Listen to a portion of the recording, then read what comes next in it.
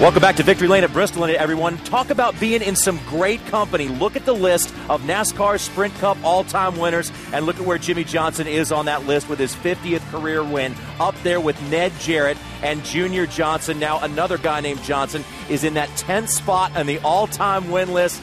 Welcome, Jimmie Johnson, to Victory Lane. This one seemed like it was just a little bit sweeter. You get to check another track off the list. Yeah, I'm just so proud of the team, and it's taken us a long time. It's been 9 years to finally figure this place out as the 48 car, and then before that I had 2 years of Nationwide where I hit some walls all around this place. So I'm glad to have it behind me and done, and to race that hard at the end of a race. I mean, man, my heart was on the rev limiter. That was exciting racing. Did you think you had enough time to win the race when they went green flag? You had approximately 11 laps to do it. No, when we left pit road, I thought that we were in a position just to finish in the top 5. But when we went off into turn 1 on the first lap, I rolled into the corner and I had so much more grip. I almost ran into the car in front of me. And at that point, I thought, wow, I actually got a shot at this thing. Yeah. Okay, if for the viewers at home, this is not a replay from earlier in the year. This is another race that you've won this year. Okay, so let me be real clear about that. But here's. After this was a great move. You tried him to the outside, you tried him to the inside. Your car worked as well on the bottom of the racetrack, it seemed like, as some of the other guys, and we talked about that earlier. But here's my question to you. You win the race, and I've been fortunate to be here for all 50 of your wins in some way, shape, or form, either getting lapped on the racetrack or sitting in the garage watching.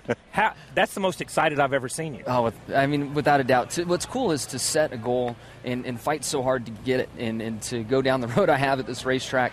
We've had the Lowe's executives here and up in a suite, and they built a big deck over here with the Top Choice lumber stuff, and we had all these big moments, and I'd wreck on the first lap or within 5 laps. So to have that all come full circle and to really run well here and give the Lowe's employee owners something to cheer for, my team something to be excited for.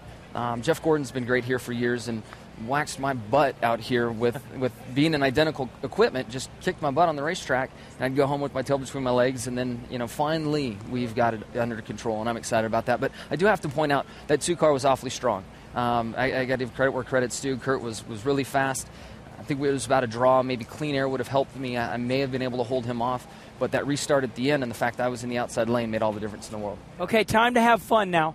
There have only been 5 racetracks that you have not won at. So, here we go. What 5 racetracks have you not won at? Michigan, Homestead. Michigan, hold on. Here we go. Okay, Yep. Okay.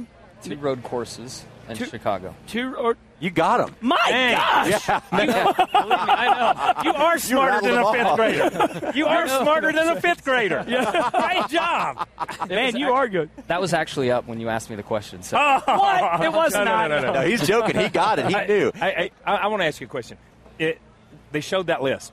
Okay, you're on one of the most historic racetracks on the Cup circuit. Okay, 99 races, I think, is what they said they run here. You move into the top 10 with the who's who of Cup racing.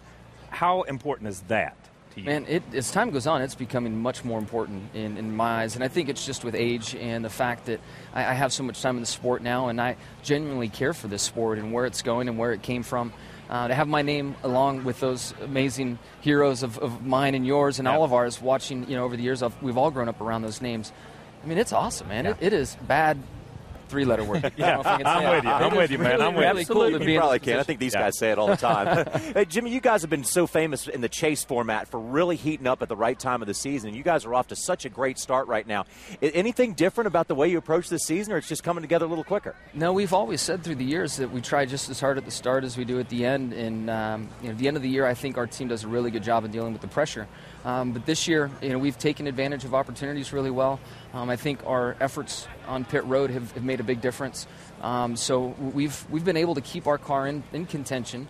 At California, I didn't have the fastest car, but we figured out how to win the race. At Vegas, it was a draw with the 24, and we came out on 4, figured out how to win the race. Here, same thing. So I'm really happy that when opportunity is there for us, we're jumping on it and making it happen. Because I don't know what to ask you anymore. I've always wanted to ask another. You've won so much, and we interview you so much. What was your biggest moment during the race today where you went, oh, no? Do you remember? Was there one? There's a couple times on corner entry where the car was loose, but I have to say one of the biggest eye-opening moments was trying to get around the outside of the 16 there in the closing laps. I could see just a little room to the outside, and the 14 was on the bottom, and I thought, man, if I get pinned down here for a bunch of laps, or back here, they're running side by side, I'm dead in the water. So I was thinking about the top. I think it was the lap before there. Yeah. I knew it wasn't going to work at this point, and I figured I could get inside of him, but fortunately I cleared the 16 quick and was able to get to the 18 again. You on the outside down there. You on the outside down there was a little reminiscent of Harvick trying you on the outside on coming forward. Yes, it was. You peaked, and then all of a sudden, okay, I'm going to back off. Yep, of this. very, very true.